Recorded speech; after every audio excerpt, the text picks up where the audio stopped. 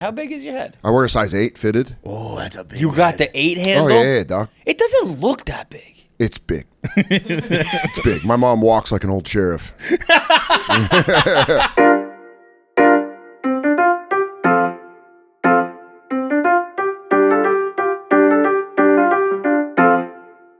Jackpocket, America's #1 lottery app. Jackpocket. Let's see where we're at. Once again, it was $420 million. I've decided that if I were to win the lottery, the first thing I'm doing is hiring an assistant. Yeah. Yeah, to take care of like all that shit. People keep hitting me up like for when these things happen. They're always like, "Let me be your assistant." And I'm like, I don't have like that kind of money where I can just like give somebody a fucking like.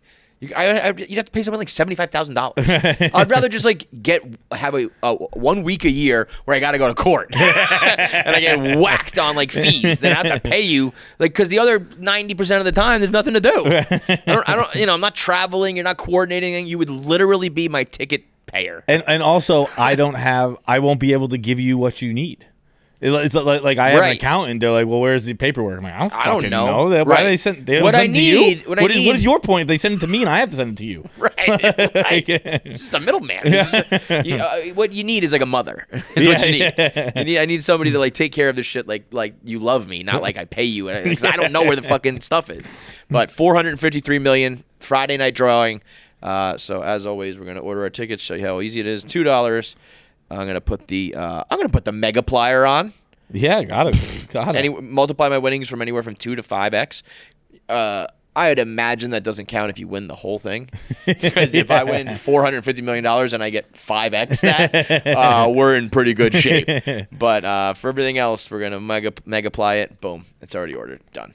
It's the easiest thing in the world. Over $540 million in prizes have already been paid out to lucky winners. And you can win Powerball, Mega Millions, or any of the other official state lottery games right on the app. And it's $2 for these tickets. And with promo code KFC, it's $0 for your first ticket. So download the Jackpocket app, win the jackpots right on your phone, and do it for free when you use promo code KFC. It's another edition of KFC Radio on the Barstool Sports Network. What are you looking at? What are you doing? What are you doing? What are you doing? We got to address it. Now it's great content. Captain Cons came in. He was grabbing some things from the studio.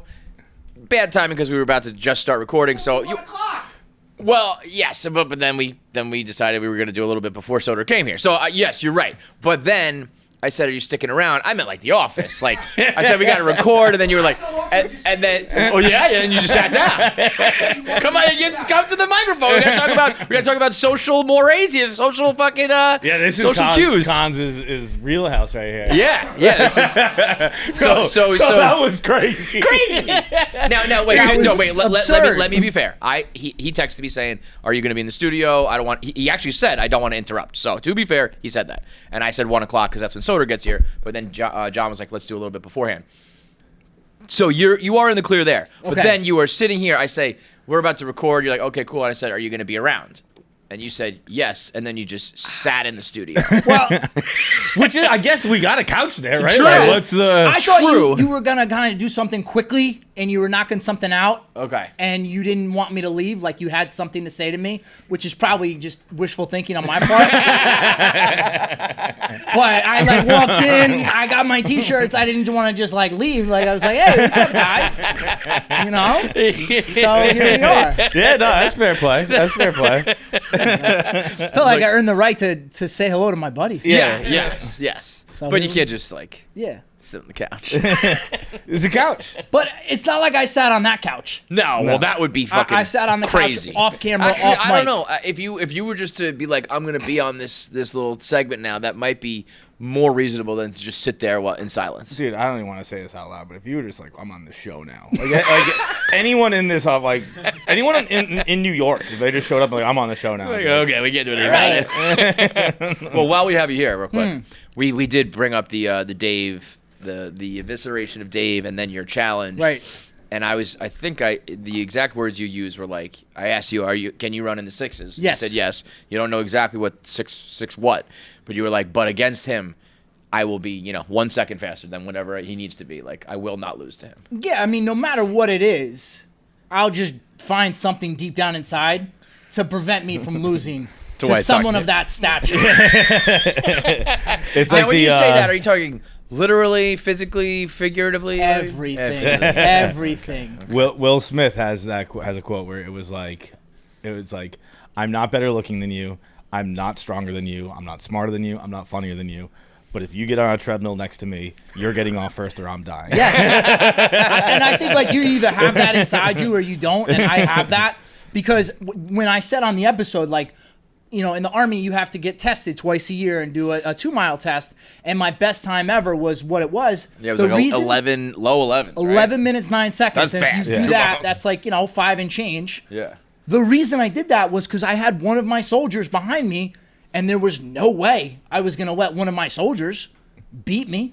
I had to win. But now, to be fair, for the record, that's 20 years ago, though? Yeah. For the record, I 08. think you win this 100% easily. But I do think 20 years ago is a difference. Oh my gosh, I don't run that fast anymore. I say that much because that's but really like if you're talking about running in the 6s versus the 5s, like there is a difference there. But it's not like you're talking like you can run an 8 now. You still gotta go fucking fast. No. It's still basically a sprint. Yeah. No, I did a sprint the other day just to make sure I was in good shape. Well, we're fine. that was my main thing is we have so many people here who just say things like they're 18 years old. Yeah, and it's like, I bet you could do that once upon a time. But until you haven't got off the couch in 20 years. Right. So you have tested it, Right, yes. And it's not like I just now, all of a sudden. The plan? Are you going to run, like you run and then I run, or like you're going to run like together and like run. cross the No, finish we line? absolutely have to be racing. Right. It's not like, because the other thing that Dave, I don't think realizes, and I don't know why I'm even saying this and giving him an advantage, he does all this on a treadmill. When you run on a treadmill, that was another great part of it. He's like, I'm outside, I'm on the pavement. Yeah, when you do a treadmill, it doesn't work for you. Exactly.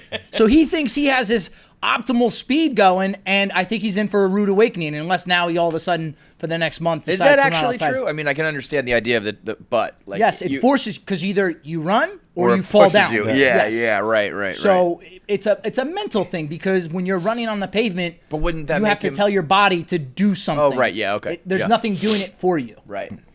So, but he's an idiot. He'll just think he's better and faster. And He is. What if he wins? He said Kingslayer between the Rocket beating him with the speed pitch, and then if he beats you in a race, he's Let me going to ask you a call Dave question. the Kingslayer. I didn't say I'm going to call him that. I'd say he'd have He a could- right he could to. call it. I'm not. I'm not calling is White Sox the faster- fucking Kingslayer. I'm just saying. who gave Jared that nickname? Himself. Jared. Exactly. Exactly. I think I think But there Jared, we couldn't remember the story, but there was one time I think he either beat White Sox Dave in a speed throw, or just I was at a game and I had a higher mile per hour than you did when you threw at yours. There was never, I don't know if it was a one-on-one, but there was at one point he had, I think, the top speed of the company. And then he took the ball, and we all know what happened there. We don't have to talk about it. It was the death of one of my friends, but like, that was a crazy move. So though you were confident enough though that I was like, this guy must know that he could still run like a 6-something mile. What I was going to say was, it's not like I haven't worked out since I left the Army. I've never stopped working out. Now, do I work out the way I did when I was in the Army and doing things every day? No, but I still work out 3 to 4 times a week. I'm still running consistently.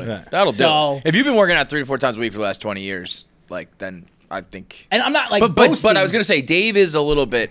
He is better than I think when you look at Dave, you don't like think much, but he's able to do more shit than you would realize. Certainly, He's got a little bit I of don't the think Mickey this Mantle is a gene situation where I'll like beat him by like 2 minutes. Yeah. Right. But again, You think I'll it'll be able like to- a photo finish though? No. You think it'll be? Yes, I'll be out in front enough that I'll be able to like run backwards. And you don't think he has it in him to like hit an extra gear? Like Cons is 50 yards ahead of me, but I'm just gonna fucking go all out even if I puke. If he had that gear, he would have made it higher than D3. He got the D3 gear. Warning track power. I got it. Yeah, got the D3 gear. All right, good shit. Get the fuck out of here. We got Dan Soder coming in. We'll get to him in a minute. But before that, we were. I was laughing at the footage that came out of. I guess it's Frank Cook's is the series, right? Yes. And he's doing a Thanksgiving sort of thing. I mean, I could have told you your house was going to burn down on that. That's people are like, why did you let him do that? So that would happen. Yeah. That's funny. He's the man who cooked a rack of ribs at 700 degrees for 45 minutes. That's, by the way, one of my favorite videos ever. I laugh every time when he goes, "It fucking jarred," and then he looks at the camera and there's a long enough pan and then it just goes back. You can tell that he's got a content brain going, being like, I need to say something, but I don't know what to say and I don't know what to do. And then they just look back at the ribs. It's so fucking good. So when I saw, that Tank is back at it, he also even says, he's like I thought it was a miscommunication. He's like, oh, we're gonna put that back in there for 45 minutes. And whoever was filming, I think it was Devlin, maybe, whoever it was, at one point when you see the full video, zooms in on the temperature being 700 degrees, knows what's going on. I was like, there was no way I was going to say anything, and just let him look. That second look back, it's so long. It's so long. It's great, man. So I knew, we knew what was going on here. You're not sending Bobby Flay into your house, and then it goes back to him again. That's what's unbelievable. That was the people in the office yesterday were like, what do you think was going to happen? I was like, exactly that. Yeah. What are you talking about?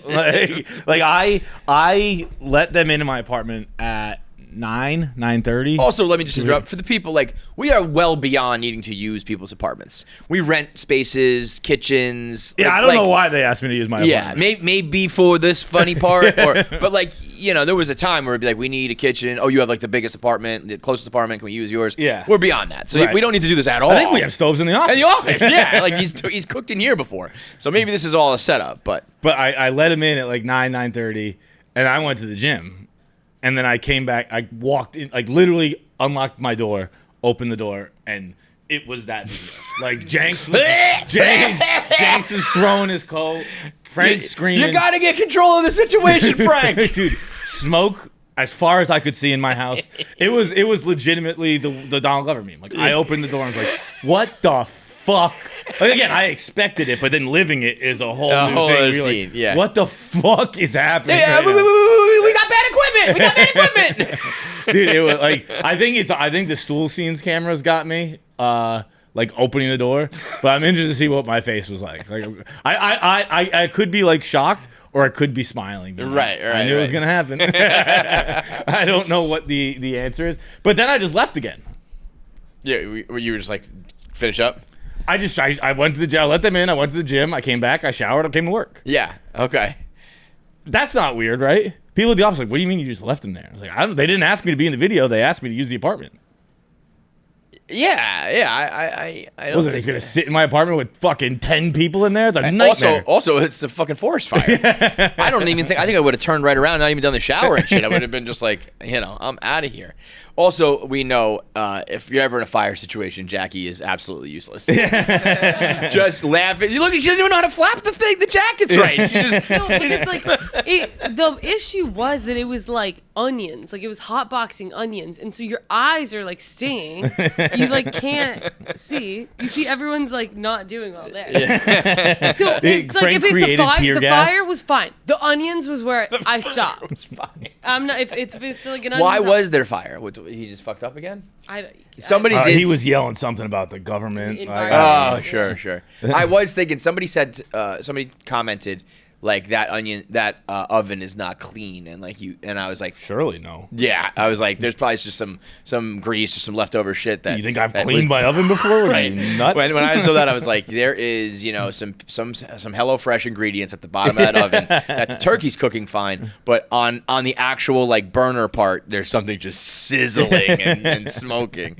So that it definitely wasn't that dirty. I don't use my oven that was often, my other thought though, is that you don't even use you're not baking. It surely hasn't been. I've never. It was the pan leaked and he put 7 sticks of butter in this thing and then it turkey? Yeah. Yeah. And then the stuffing and then all. Did you guys eat it? I did not eat it. People ate it though. People ate it though. Did it end up looking okay or no? People ate it. It looked okay. I mean, it was fine, but like Frank was like, oh my god, it felt like perverted watching it because it was like this turkey, and then like Frank like put like shout out to Call Her Daddy. I was gonna say we should do a fucking side by side. Yeah. No, I literally said I was like, I think that this is like more perverted than the Call Her Daddy one. So what was the scene like afterwards? The scene after was not good. The scene after was I got home. I was obviously I've been telling you about it already.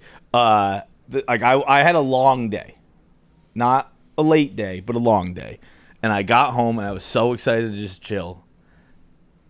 And it was, I can't decide how crazy it was. Did you take any pictures? I didn't take any pictures, but it was like there were dirty dishes in the sink, there were food covered rags on the kitchen counter, there were utensils on the counter, dirty pans on the stove. Food on the table, chairs in random places. Like I was That's like, about as dirty as it can get. That's all the surfaces there. All the surfaces were very dirty, but like I don't want to make a bigger deal out of it than it was. Like it took me like 20 minutes to clean up, 20 minutes to a half hour. Not the end of the world. That's pretty long though. When you get home from a long day, and you're like, also like, but legit, like cleaning up is one of those things you don't want to do it. But usually you do it, and it takes like 5 minutes. To do the dish, like put the dishes in the sink or in the dishwasher. It takes like 90 seconds. So it's one of those things where you're like, But so if you're cleaning for like a good like half hour, that's a dirty ass kitchen. Now my kitchen is cleaner than it was when I woke up that morning. So ultimately, it's a good thing. Yeah. But fuck it was like coming. It was like, I was for a half hour. I was fucking bullshit. Like really, fuming. Really fucking pissed. Yeah. And then it's also the principle. It's not really even it's like someone returning your car on empty. It's like I can handle this. It's not that big a deal for me. Fuck you. But you're a fucking shithead. Yeah. And I was like, I after I got done cleaning and showered and sat down, I finally was like, who are you really mad at here, John? Like everyone acted exactly. Jackie. I think Jackie. No, can I say? No, Jackie's the only one who texted me like sorry. Like Jackie knew before it even happened. And okay, here's the thing: is like the whole time Frank was just like, well, I mean, G and I were just cleaning up after Frank. Like we were just like his little like bitches the whole time, and like Frank like would just use like he had no regard for anything. Like he would just like put a hot pan down. Had no regard for anything. But he would like put a hot pan down on your like wooden thing, and I was like, Frank, like stop, like whatever. He would like use utensils. We would be cleaning them, and he would just use them again, just to like push stuff around. And we'd be like, fine, okay, like we'll clean that again. So we're like constantly cleaning up after him. He finishes like the everything, and then all of a sudden like, he decides we have to go immediately before like everything like consolidates or whatever, and like gets cold. So then I'm trying to like finish like last minute. I was like, I feel like we should like clean John's apartment. Gia's like also like helping with that too. And then everyone's like, we gotta go. But I was trying, and then even like I was like, should I take out the trash? Everyone's like, don't take out the trash. I'm gonna take out the trash. Don't take out the trash. Actively, we're like, leave the garbage. It's one thing if you like forgot to clean up. It's another thing to be like, no, we're leaving without cleaning. Don't worry, come with us. And that like. Again, that's where I was like thinking to myself. I'm like, what, John? You're surprised Frank Fleming doesn't care about other people? Yeah, like, yeah. It was like oh, okay, none of you respect me. Understood. Yeah, but for real, because it's like I hate that shit. Because it's like if that was Dave Portnoy's apartment, that would not happen. It would not. But it like I really like Jackie texted me. Jackie was like the person in the backseat of the car who was like, "Yo, that was fucked up. We didn't get gas for you." So like you're all good. Yeah. No, but I still feel bad. Like I should have spoken up. No, you're I'm not gonna explain it away for you, but like you're a junior member on the team. Yeah. You're getting forced out by the talent. I don't fault you. But like Nick, Frank, and I guess since Frank's not responsible for anything about himself, Jenks. Since Jenks is his keeper, are all it's like significantly on my shit list. I don't want to blame Jenks because it's like, but Jenks has taken on the role of Frank's keeper. You signed up for this. You're his dad. Yeah, right. I can't yell at the kid, so I have to yell at you. Yes, that's basically what it is. You've chosen this life, and so now that happens. Yeah, I mean that's crazy. That is crazy. I'm like I haven't put myself. If that happened to me, I would be going nuts. Dude, I was it was like I gave myself lockjaw, like storming around my apartment. Yeah, like, that is because it is. It's like. It's like an honest mistake that they're not like doing it, like they're not trying to piss you off, but it's like But yeah, you don't respect me. Yeah, right. Clearly, you don't respect me enough to do this. You know. I mean, what else is new, right? Like, I'm not surprised. But you know, it's just like honestly, I keep saying I wasn't surprised. I was surprised. I was surprised. I was like, wow, okay. Yeah. And it's like, guess what? Never again. Don't ever ask me for anything again. Certainly not using my apartment. You know, you're not using my car. Don't ask for my help. Like, no. It was a no-brainer to let him use the apartment. I don't know. When people asked me again beforehand, like, why are you letting them do this? I'm like, I don't know. They asked if they could use it. I assume if you asked me for something, I assume you need it. So I do everything I can to accommodate you. You would be the asshole to say no without a reason, but now you have a reason. Right. You know, the next person that comes, even if it's not like Frank, you'd be like, yeah, I don't know. Last time this happened, you know, unless that person swears up and down, they're not going to do it. It's like, nope. Yeah. You know, eventually, sometimes, you know, a lot of things in life, you have a rule after something like this, you know, even if it's not the same people or the same situation. It's just like, I don't know, I've done this a couple times and every time it doesn't work. So no, I don't do it anymore. It's not your fault. You're paying for the sins of the people before you, but no. No one's using my apartment until the next person asks. That's for goddamn sure. I'll tell you that. No, I just, you know, whatever. We've never been, you know, we're always kind of on our island doing our thing. And I was thinking about it like the Yankees thing. Remember the Yankee stream? Like that was. I was gonna say the Chinese food. The end of the world. Yeah. It was probably worse than the Chinese food. The Yankees guys left just like trays and trays of catered Chinese food out after a Yankees stream, and Dave went like ballistic, and. Then I started being a motherfucker too. Like then I was like, well, now I'm gonna look for shit, and like a lot of turkey on the floor, a lot of green beans on the floor. It's like, well, is that Sour Patch Kid? I don't know, like, some of these things might have been here, but not the turkey. This should for sure be again. More all respect in than all, that. it went exactly how I should have expected it to go. Yeah. It's almost anything like a I'm fool me surprised once. about is my own fault. Yeah. Like, why did you think that would go differently? Totally. But, you know, the flip side is like, well, because it was, you know, a bunch of adults. But adults who you know how they act. Correct. So you should be able to plan I mean, for what's going to happen. Frank is like, you cannot expect.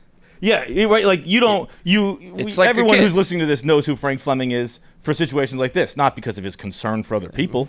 Right. No one ever goes, I love Frank the Tank, the way he was so respectful to those coworkers. Literally, he's never been respectful of anybody ever. Ever. Not at baseball games, not in offices. He's loud. He is not respectful of people. In public, strangers, friends, like none of it. Yeah, that is his whole thing. Well, yeah, it surprises me 0%, but, you know, got some funny, I mean... Got funny clip, funny clips out of it. Right. So I don't even know what you know, the final product will look like. I think probably the video of them fanning the flames will probably do better than the product itself. But that's why you do these things. Yeah. It's like I don't actually want to see the turkey, bro. I want to see the fucking. You know, that was like when I tried to rally the New York office to do that like content draft. The idea was we have captains of the teams and everybody drafts like 3 or 4 members of New York, and then those people have to have a month to make a video, and we compete to see who can make the best video and get the most views. And then you can trade or you can redraft or whatever.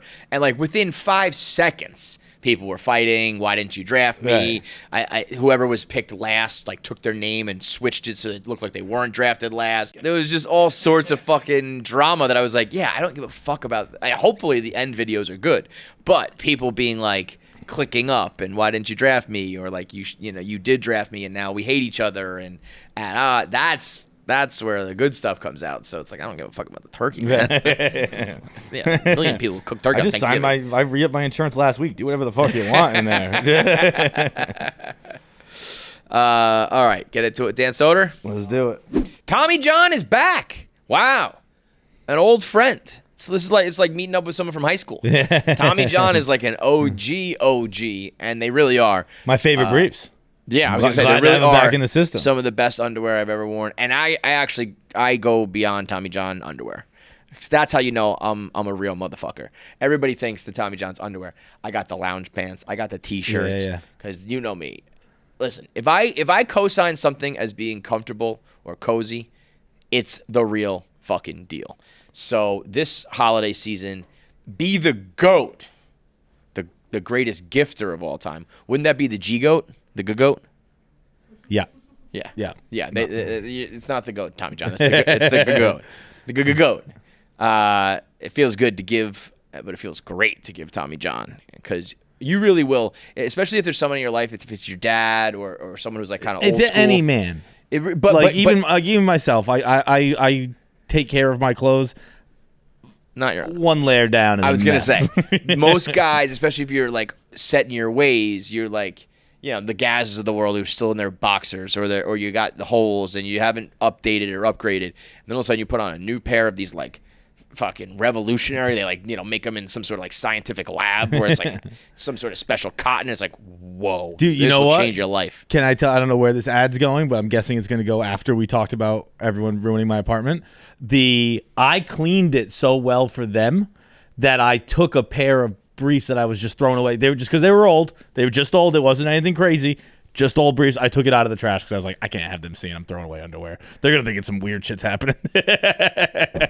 I cleaned. I'm just proud of you for throwing out underwear. I cleaned my fucking trash before they came over, and then they just took it and dumped it out.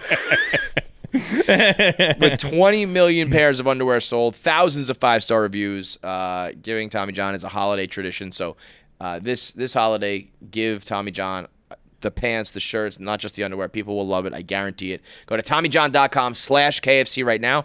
25% off your order. And you know what? Yeah, do the whole gift giving. Just get it for yourself. Yeah. Give the gift to yourself. Fuck other people. Treat yourself. Treat yourself. TommyJohn.com/KFC. The holiday season's right around the corner, and we're looking for ways to spend and stress less. Need less spending, less stress on the holidays, and HelloFresh does that.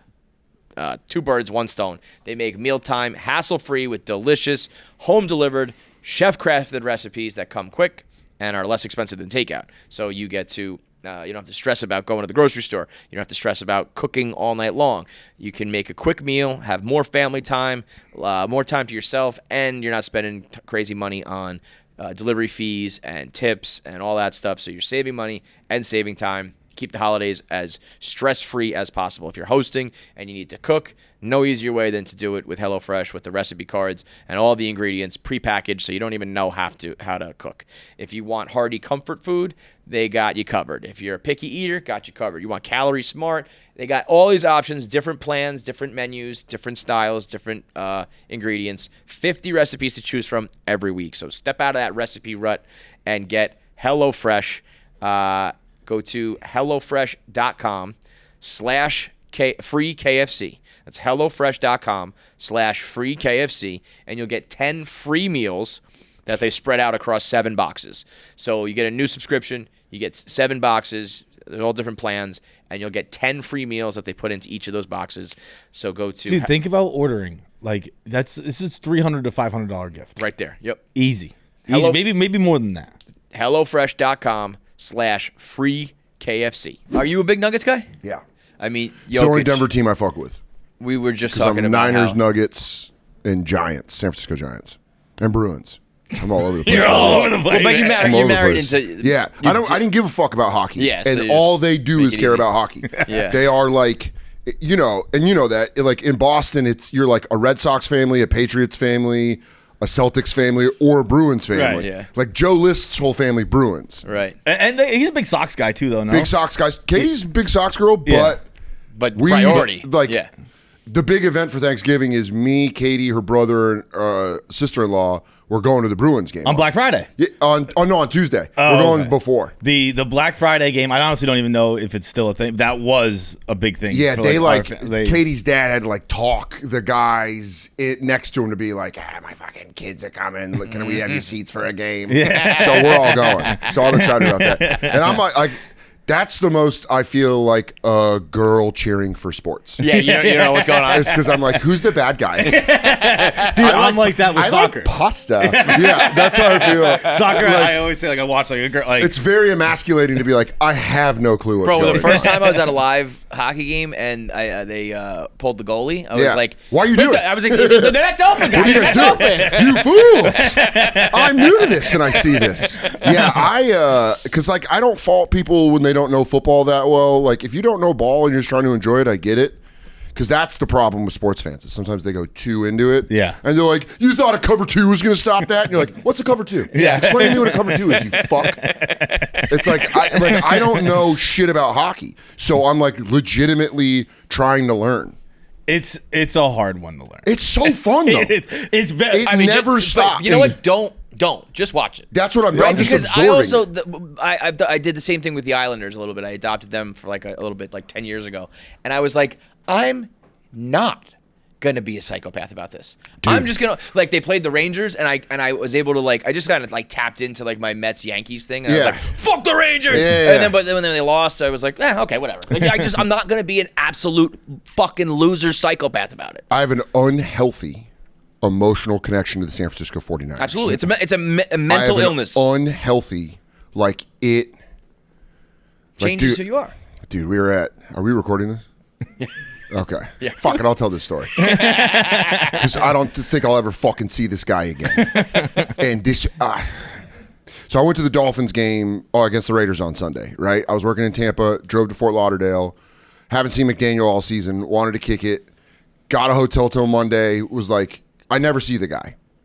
Childhood friends, by the way. For people who don't know, my best friend, one of my oldest friend, him and my friend Byron. I got to see both of them in Florida this weekend, and that was the crew. It was like us three. They're my oldest friend, and he coaches the Dolphins. So go Fins, right? We go to the game. They win. Fuck. His wife's brother and all of his boys go to the game. Fine. They were very nice. One of them got blackout in the box in the suite. Fine, whatever. I don't care. I'm eating edibles. I'm having a hell of a fucking time. Yeah. I'm having a hell of a time. We go back to McDaniel's house. McDaniel's like chilling. Everyone's like, it's basically like a party. I felt bad for him. Like this guy's coached the game, and then he's like, there's like a party at his house. Yeah. Fuck that. But they're all from Chico. Like his wife's family's all from Chico, so they're all like Niners fans by proxy, and like some of them are. This dude is blacked out, and he's sitting next to me on the couch, and the Seahawks start coming back on the Niners. And I'm like, and this guy was not watching the game. All right? He was not watching the fucking game. I was sitting there and he's like trying to make small talk. I'm like, yeah. Because like the problem with the Niners this season is they cannot close out. We would be 8-2 if we could close out. So the Seahawks start coming back, and this guy's like drunk talking about water slides or some bullshit.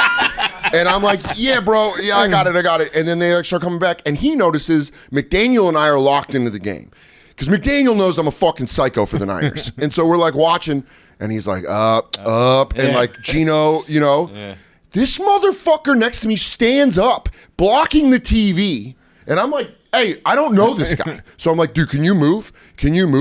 And he's like, and his boys are like, yo, move. You're in the way of everybody. This guy's standing in front of the TV as Geno Smith runs it in to win the game. And I was like, dude, I walked out in their backyard and just sat there by myself. 1,000-yard stare. Because I was like, I don't know this fucking guy. I don't know what his connection to Mike's wife is, but I'm about to say some unhealthy shit to him. And then when he's like shaking my hand to leave, I gave him like dead hand. I was like, yeah, left hand. Yeah. I was like, motherfucker, I'll never see it. And some of them were like, we're going to come see you when you do that theater in San Francisco. I was like, no, you're not. No, you're not. No, you're not. I'm going to make sure I sell that out and you ain't getting a fucking ticket. No, fuck you. You can listen outside like a Taylor Swift concert. You ain't coming into my fucking show. Standing up when fucking the Niners are playing the Seahawks. Dude, people just don't get it, though. You know, like, but that's where I'm unhealthy. Yeah. I'm gonna say that's where Nuggets. I'm a little healthier. I'm a little better. Giants stink, so it's all right. But like with the Bruins, I'm like, I'm just gonna enjoy this. The thing that's hard about becoming a hockey fan later in life, and I actually think this is it's like becoming like a video gamer later in life. Yeah, like you don't have the hand-eye coordination. Yeah, like when there's stuff that I don't get. Your eyes. You know what it really is. Aside from like football offsides in soccer and hockey. Does not translate with me. Well, it's almost like you just go wherever you fucking want to go. You know the thing I've noticed about offsides in hockey is there's like times where I'm like, wasn't that guy? But wasn't he just over the line? And then they're like, they don't call it. You're like, shut up. And you're like, well, I don't know. Right. I don't know. Well, that's the worst part of like the new offsides rule in hockey too. Where like if it is close entering the zone, you're almost hoping your own team doesn't score. So because you're like. To equivalate it to football, is that like a holding call where sometimes like you can almost call it every time if you wanted to? Okay. Offsides, it's pretty obvious. They're pretty good at it, but like there's a couple of occasions like skates. Probably like per season, where it's like, maybe a little more often than that. But it's not super. It's not like holding. NHL refs are the most athletic. Oh yeah, bro, when they're hopping over the pucks and they're shit like like going that. backwards, and they do that cool little ass wiggle when they skate backwards. Yeah, and, they go like, and then they watch and they got to break up a fight every now and then. Popping ass, dude. And fucking swinging back. You ever think what when an ump got his job described to him after compared to other refs? Yeah. Where it's like, yo, can you just tell if this is a ball or strike? Yeah. And he's like, like from 1,000 feet away? No, you'll be right there. Stand 90 feet. And then if he swings it, go like this. Dude, I don't have to skate or there are 22 guys running on the field. I don't got to worry about linebackers bearing in on me. No, just if this comes in right here, just say yes or no. I love there's always one football ref a year who sprints down the sideline with some guy who keeps up with him. Yeah. Basketball, you're running 3 miles or whatever. Yeah, those guys are always baseball, and now, and those umps, they're going to be computers. It's cooked. It's over. They're done. Dude, I saw a video on Instagram the other day. I think I follow this guy. He is like a ump trainer, I guess. Yeah. And he hosts down in Florida. He has kind of the equivalent of a hotel conference, you know? It's one of the funniest things I've ever seen. It's lines of guys out on the field, they're everybody lines up and they all have their hands on their knees, and then he blows a whistle and they go huh! Yeah, hell yeah. They're practicing their form. He's moving their elbows. No, it's a little sloppy. You gotta. There's It's dudes really good. There's dudes in their hotel room practicing their strike calls. Yeah. No, that's not right. That's not right. Now, come on, Marty. Yeah, dude. That's Did you ever have to? Sorry, go. Yeah, what were you gonna say? I was gonna say, did you ever ump when you were a kid? Nah, fuck no. No. No, I stunk at baseball. I got hit in the ribs when I was 8, and I was like, yo, this shit is hard. Then you're in the box, and you're don't do it again. That's why I like football, because you can just hit people. Yeah. You know it's coming. Yeah. But I was like, because when kids started throwing, when you moved to from coach pitch to kid pitch, there's 2 years where it's very easy, and then you see that first kid that knows how to throw heat. So, dude, the first I said, as soon as people threw breaking balls, I was like, the ball can move away from my back. I'm out. I'm out, bro. Come on. Shout out Tremaine Rice. Wherever you are, I hope you're safe. That motherfucker had heat and no control. And so you get in there, you're like, yeah. And it's kink, and just hit that backstop. You're like, fuck. Yeah, dude, I sucked at baseball. I was not good at baseball. It's so funny. I guess it's the fastest kid in school where you everyone know remembers the hard kid. Yeah. Dude, our kid, I talk about this kid too much, to be honest, but he's going to reach out to you. He's like, hey, he has reached out. Really? Yeah. He's like, you're obsessed with me. Blake Youngblood, dude. Yeah, what a cool name. Right, wow. What a cool that's name. That's a Mr. Steal Your Girl he name. threw For fucking real. gags, dude. Yeah. It was I don't even want to play. She's I can't hang out with you anymore. Blake Youngblood and I are hanging out. What a cool fucking name. What's up? I'm Blake Youngblood. Dude, that guy doesn't even have to drink pineapple for his cum to taste good. He's just Blake Youngblood. He's just Blake Young. He's I throw 90 when I was 10. This guy's never had a problem. He goes, you have? Oh, no. He just has a perfect line under his belly of hair. Everything works out. Everything's coming up Youngblood. Yeah, dude. That guy definitely has had the life. And if it's been tough, I'm sorry. I knew a guy who he played against Kobe in high school. That's and nuts. Guarded him. It was it was his. He guarded him. They guarded each other, and he probably got smoked, but I think he took it to him a little bit. And now, I tracked him down, on Instagram or whatever. He's just got regular ass job and kids and shit. He's I played against Kobe Bryant. Yeah, they never talk about they always do the guy that won, but you're the guy that got beat. This cool story. Yeah. It's better, if you obviously you want to be the guy who goes on to the NBA, but if not, it's cool, cocktail story. Yeah. You're sitting around, you go, how to guard Kobe? Kobe Bryant? What? Yeah, right. Do you know Mark in finance? Do you know Mark in payroll fucking took on Kobe? It's if you want to be the professional athlete, and then if not, it's that guy right next to it. Big J, Kobe used to go to this JCC and shoot around in Philly, and Big J was there. Big J has played pickup basketball with Kobe. When Kobe was in high school, coming around. How old was Big J?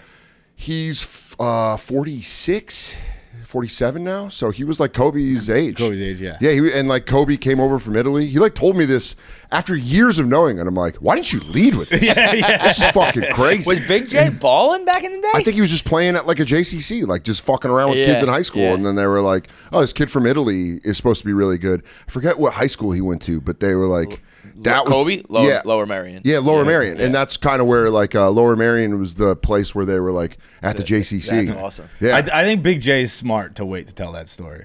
Because if he opens with that, you're like, this guy's a fucking liar. Yeah. You're like, okay. Yeah, Michael Jordan stopped and shot hoops with me when I was a kid. Yeah, that's like. Imagine Big J walked up to you, like, first thing he says, like, I used to play basketball with Kobe. I used to ball with This Kobe. guy's insane. You're like, no, you didn't. Yeah, that's got to be. I mean, those are all like those crazy LeBron. You know what I mean? Like LeBron's like. The people he played against are full-grown men now. Yeah. Right. Yeah. You know, in high school, we were on ESPN playing. Right. Oh, what's his name? Comic Rick Glassman played against LeBron in high school. Really? I knew he could hoop, but I didn't know he was like. Yeah, Rick like played school, against St. Mary's. Wow. Like on ESPN. Bro, shit.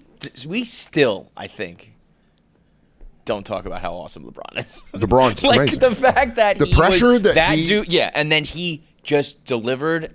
And probably over-delivered.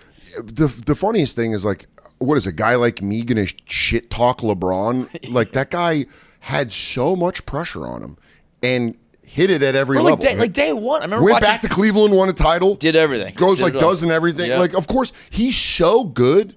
This is the way I've been looking at the Bronny thing. He's so good, he got his kid on his team in the NBA. Yeah. That's like, you need to talk about that. Deon Sanders is so good at football, he coached his kid to like went Into, with like, him like on all the way up the thing, like, and then he's gonna choose what team his kid plays for. it's Right. nuts. Yeah. That's how he's gonna choose what gonna be team his packed- kid's best friend plays for. I mean, that's crazy. Right. What a sleepover. You go, will your dad get me drafted? And he's like, yeah, probably. Yeah, they're so fucking good. Like that to me. And they're 7-2. Like there's a chance they're actually good. If it ends right now, they're playing for the Big 12 title against BYU. Right. Fucking insane. Which is insane, particularly from like the start of this year. Like, I remember watching that Nebraska game, and They I was got like, blown the fuck. I was like, well, it's done. mad. It's it's like over. the Magic Carpet Ride's coming to an end. If like, you now grow it's up in real time. Colorado, you hate Nebraska. That's just how it is. Yeah. You grow up in Colorado, you fuck with the Buffs. That rivalry was so good, and then they moved divisions and it got fucked up. So I was excited when Deon took over Colorado because you're like, and then they beat Nebraska the first year, and then Nebraska just beat the piss off of them. ass, But dude. I was hoping that they would like meet back up in the playoffs because that would be like so ultimate, fucking special. You guys, they both went like completely different directions since then. Yeah, right? CU's 8-2, and Nebraska's like, I don't even know if they're 500. Yeah. It's not going well for Will. Yeah. But that's like a fun thing. That's like a rivalry. That's a lot of things that East Coast people don't understand about college football. Is like when you grow up in the middle of the country or in the South, college football is very fucking important. Yeah. Oh yeah. And then I came to New York and everyone's like, I don't know, Rutgers has been all right a couple times. Yeah, and you're like, I that doesn't count. I think it's the other way around. I think I know how much college football means to them. Yeah. They cannot fathom That it doesn't- I don't like Saturday Yeah. does not mean college football to me. Like I do not watch. I do not care. I do it. not. Like, This has it been just my is not a first thing. year, probably ever, like watching a lot of college. And football. what's weird is like this is the first year that they're doing a 12-team playoff, like an actual fucking playoff. That might actually help me. And that's like, for a lifelong college football fan, you're like, I'm so excited about this. And I don't, like, Arizona's out of the hunt. Colorado I'll cheer for. But I'm like, dude, I fucking love it. Dude, I remember Very being excited. probably like late '90s when it was like, who were the co-champions? Remember that? I mean, like, It was growing up in LSU Colorado, and- 91 or 1990, the Buffs were co-champions with Georgia Tech. Yeah, it's Really? They like- did that a lot. Yeah. LSU had Right. had a title with like Boise State. It was like a mid-major. I want to say Cincinnati. There were like some random ass teams that would go. fuck that, dude. UCF went completely undefeated. UCF Yeah. out, And they were like, but they were just like, we're like that one. I feel like no one else calls them co-champions except UCF. Yeah. yeah, Right? but that, They didn't really I play mean, enough imagine people, how but they mad were- you would be they were if you beating were that drum. undefeated and people are like, you're not the champs. And Yeah. you're like, no one We beat didn't, us. yeah. That's But why I like But playing. that's they what happened play, with but- FSU last year. Because I went to FSU for a bit. Oh, So yeah. I kind of know FSU football very. But that's very why all the elementary. shit goes away. You have 12 teams. That's enough. Now you let's know? do it. Yeah. Now Dude, let's see if you like a actually crown Boise the State, champ. like a mid-major, can go all the way and beat Right. an Ohio State and an Oregon. You know what I mean? If you Right. fucking get, I love So college wait, did you play football. football? Yeah, in high school. But so you were afraid to play baseball, but not football? I loved smashing into people. That's crazy. I have a giant head. It's a weapon. Also, I just enjoyed football. To me, was the right kind of energy. It was like there was like bully energy mixed with locker room fun. Yeah. It was just like very, very fun, and I sucked. So I was just the funny kid on the team, which is like the rules. And I'd go on a kickoff team and just absolutely wedge bust, and then be right back to being like, I suck. Like I knew I sucked, but I had fun playing it. I didn't like football, but I had to play. And why did you have to play? It was high school. Our high school didn't have gym. So you had to play a sport, or you had to do something. Wow. You could play, you could do theater, you could do that shit, but you had to do some after school activity. And I just did football because my friends did football. That's like a very East Coast thing. They're like, man, we'll play. It's like it's intramurals. Yeah. Whereas you go to Texas and they're like, I'm moving cities, so my boy can play for Coach Taylor. Yeah, you don't just casually play football. It's it's gotta be written in your blood. So funny. The first time Shane showed me a picture of him in pads, I was like, oh, you were real good. And he was like, yeah. And I was like, also, he has helmet face. I've said that before. He has a face that fits perfectly in a helmet. Mine was like, I have a big head, but my shit's far back, so it looks weird in a helmet. Some guys have Gillis is right out there. He can just fucking you put a helmet on him, you're fits, looks perfect. I don't have. I got a giant head, but that makes me a good battering ram. What size? I had fun with that. How big is your head? I wear a size 8 fitted. Oh, that's a big. You got the 8 handle? Oh yeah, doc. It doesn't look that big. It's big. It's big. My mom walks like an old sheriff. You think she settled the town? Howdy, partner. You're like, well, 1983 C-sections weren't really a thing. It was either you get ripped or you ain't having that kid. I passed them around June 24th. She's got a spittoon. She's like, well, let's just say dating wasn't the easiest in the 90s. My boy ripped me up. Yeah, dude, Mother's Day, I fucking go all out. You deserve it, girl. Buying her, You earned it. I get that money, I'm going to buy her a Lambo like I got drafted in the first round. I'm going to have a pink suit and a purple car for my mom. Mama, we did it.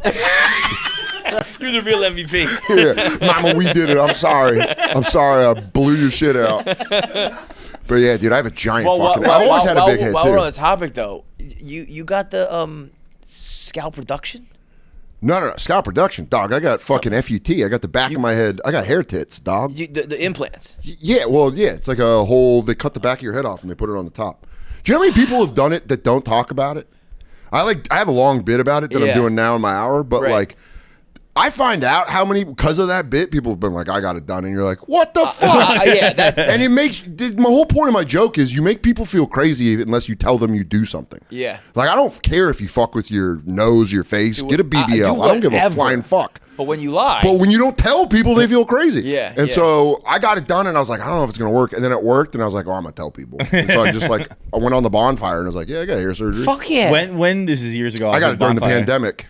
Smart. See, I was gonna say, you could have got away. You could have snuck it under the radar. Yeah, but that's not. I don't think that's that goes against my entire belief of comedy. I agree. Yeah. Comedy's not there to be cool. Comedy's there to be I'm insecure and this is what I fucking did. Once if I find out and you lie, you look different. Now I think but I'll give you names. I'll give you names off air. You're gonna look at them. Mateo Lane's very loud about it. He was on my podcast and we talked about it. We had the same doctor. It's not like, I don't know, like you're getting some dick surgery or something. Yeah. Your fucking hair. Which shout out, dude. If you got to do that, do that. Yeah, that's a risky procedure, but coming back with a pipe on you, letting people know. I thought I had heard it was the scalp reduction because I just found out about what. I don't even know what that means. They take a strip of your hair from back here, and then they it's like a living thing, and then they take the hairs and put it, and then it's your hair grows. And it just grows. Where did you have? Because I never thought of you. I guess it was pandemic. Oh, dog! If you saw it, in fact, the time that Shane and I did Answer the Internet, you could start seeing it go on the right side. It was very combed forward shit. Huh. And I was you did a good. I was like, fuck it. No. Yeah, it was like maybe it's just so big. I don't have a good head. If I had a good bald head, that was when I still had it. It was like me and Shane. Right there. No, second one down. Yeah. That was when it was starting. See up there? Right here? I mean, you see right here. It's starting to go. Bro, let me just tell you. There's a lot worse out there. Yeah, but that's like why I did it, because it was starting to go, and I was like, fuck it, dude, I'll do it. The Portnoy got it years ago. One of the funniest, he was doing a series called Dave Walks to Work, where he would just go on live and walk to work. And somebody sniped him from above, being like, oh my God, Dave's walking to work, and he filmed it and sent it. And from like, a sniper, like you could still see it. Oh, well, I still got the sunroof. The FUT takes care of like the front, but they have a hard time with like the back. I'm down with a sunroof. I'm fine. I just have a giant head, so I can't lose the front. Yeah. And also, the doctor was like, once he's like, your shit will go thin, and I was like, that's fine when I'm in my 50s or 60s. Right, yeah. 40s, I kind of want to ride it out. Stop it. Yeah. Yeah. I was like, I don't know, dude. If I can, fuck it. Father Time's undefeated. Yeah, dude, man. undefeated. And but I also think like getting it. I know people that have got it done like in the 90s, and they're like, didn't work. And you're like, it's like getting LASIK in the 90s. It's like we're not a magician. Yeah, like it's a now they can do risky-ass crazy thing. shit. Yeah. But yeah, there's like, I think that's what's weird about it is like dudes are doing it, but they're not talking about it, and then they like go online and give women shit for getting stuff done. It's like, well, you're the same. Right. You did shit. We got a crew of guys here who are all going to Turkey in like a week. That's so funny. They're like, there's man, get it done in New York like a NASCAR wife. Fucking sleep in your own bed, dude. I'm not getting on a plane with a fucking bandage on. Fuck that. And you got to soak your head, because like they say the biggest thing is the scar. Like you got to make sure my scar looks like a paper cut in the back now. Really? That's scars. Yeah, that's like why you pay for a good doctor. Right. It's like a plastic surgeon. Yeah, because they're like, you won't see the scar. Yeah. And you're like, great. Yeah. And the lady that cuts my hair, my friend Katie, she worked on Billions and she works at SNL. When I told her I was getting it, she was like, don't. She's like, don't. I've seen so many actors do it, and there's like a fat scar. And I was like, I'm telling you, the guy I'm going to, like, top notch, is the guy, because he like doesn't leave a scar. And then now when she cuts my hair, she's like, it's fucking crazy. Yeah. She's like, I don't even see it. And you're like, yeah, that's money well spent. I don't get the people. I don't understand the turkey trips, particularly because I get. Oh, dude, I want to go just for the top to bottom checkup. Have you seen the TikToks where they're like in those hospitals? I've heard about that. Dude, they'll tell you if your pee is tangy. I know, but like I want everything. You want that though? I want top to bottom. I'm a hypochondriac. Oh, okay. I'm losing my insurance in March because of SAG-AFTRA. I need to go to Turkey. I need to know what's coming. I need to know, you know what I mean? Before I'm paying $900 a month for Cobra. But isn't it worth more? I guess I don't know how big the disparity is in cost, but like, it's like I paid probably all said and done, soup to nuts, back ahead to top ahead. I probably paid $16,000, and I think you go to Turkey, you get it for like $5,000. All right, I guess if you're they include the flight, they include the hotel and shit. But dude, they do. I did it. So at home. they tell like they're like we will. You're our I guest. think I don't know. I thought it was $5,000, and then you have probably like $5,000 in like flights and stuff like that. But if they make it a little all inclusive, well, the doctor that I'm in New York, Dr. Carlos Wesley, shout out Dr. Carlos Wesley. He gave me. I saw him because my hair started going up here, and my friend used him as a doctor, and he was like, this guy does. This famous person. And I went to him and he was like, we'll do a spray. This is like 2018. And the spray was what they sell on like hymns and shit. Yeah. And it worked. Yeah. And I was like, it's great. And then after during the pandemic, I went to go see him because I was like, I'm losing my hair fast. And he's like, yeah, it's because of the pandemic. Like people have stress that they're not aware of and their hair is losing. And he looked at it and he's like, your shit's going to be gone in like 6 years. And I was like, gone? And he's like cul-de-sac gone. And I was like, I don't got the head for that. And he was like, we can do an FUT surgery. And they like check to make sure, because they take this, like that's the hair they take, is the side and the back. And he was like, you have really good donor hair. He's like, you are like a great candidate for the FUT surgery. And I was like, because if you're down here, it won't stick. Yeah. And so he was like, do it. And I was like, let's fucking go. I came home and told Katie like I was getting fake tits. I was like, she was probably thrilled, right? I've decided to enhance myself.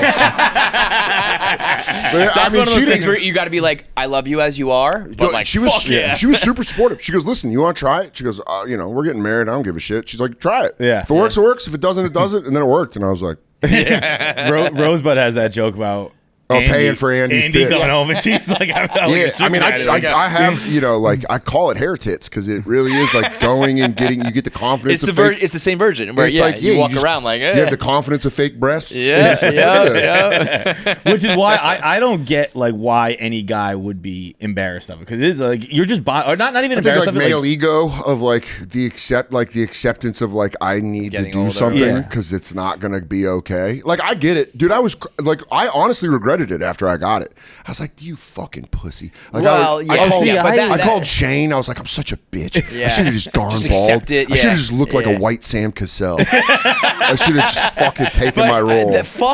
Genuinely fuck that. But then, like, if you have the means and the ability to just like make your life a little happier and easier, do that. I'm pretty cheap. I squirrel away my money. I was like, fuck it, dude. Why not? Yeah. You know? Yeah. It's also like, and I got a good bit out of it. Yeah. That's great. No, that's probably the best $16,000 you've ever spent. Yeah. You think it's about the pay other dumb itself shit. back. The other dumb shit you've now when I'm doing shows, I'm like, all right, get a little back. Recouping a little bit. Yeah. If you look but back. just the fucking. Yeah, dude, I've never knocked fake titties. I've never knocked anybody that does any of that shit. But even titties, like the hair, like titties, again, do whatever the fuck you want. I don't care. For some women, that gives them a lot of confidence. Yeah, for it sure. gives them some women are very like insecure about their chests, and they go get it done, and they're Bro, like, I feel it also comes fucking down great. to like it's what clothes you can wear. It's not just like I want big tits. It's like it changes everything. Shout out the ones that are like, I just want big tits. The ones that are just good for you. I don't fucking judge it, man. I feel like there's a bunch of shit going on in this world that I don't care if you fucking way worse, bro. You want to customize your character? That's what I say on stage. I don't give a fuck if you want to customize.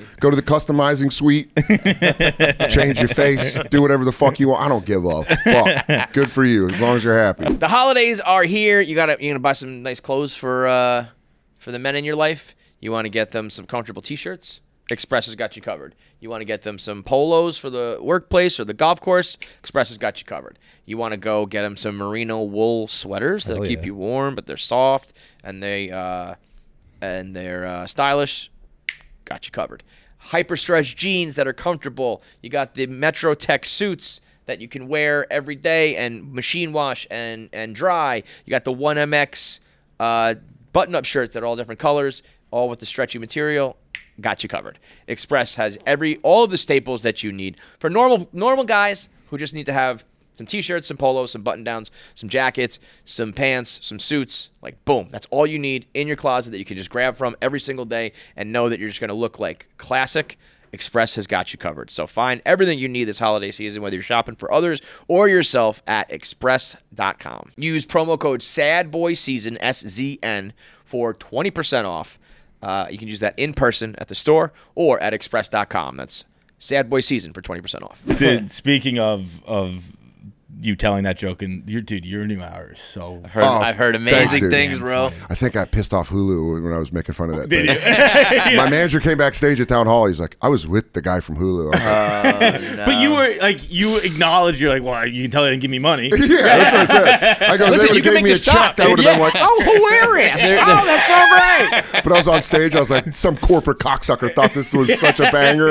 And the guy was standing there like, oh, he's funny. My manager's like, just that awkward moment where he's like, I don't know what he's talking about. But yeah, I don't know. I saw it with two of my friends who this is so shocking to someone like me who's like known you for a long time. Yeah. Like, they were like, I was talking about, I got your tickets a long time ago, and I was telling them about it, and they were like, who's that? And I was like, I'm sorry, it came up because they were watching Billions. Oh yeah. And I was like, oh, like Mafi, like he's my buddy. I'm going to a show.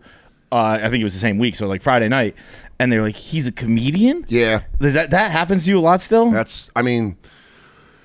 Fact is just Billions was a crazy popular show, so that's awesome. More people know you as Mafi than just like Dan Soder the comedian? Yeah. Wow. But I kind of like that. I was gonna say it's a great thing to happen. I kind of like it shocked me so much. I kind of like when because it's like finding out about a band. You're Yeah. oh shit, he's got like 3 albums I can go listen to. Yeah. I don't ever like begrudge. It is funny because I can tell when people walk up to me what they're fans of. Which one? Yeah.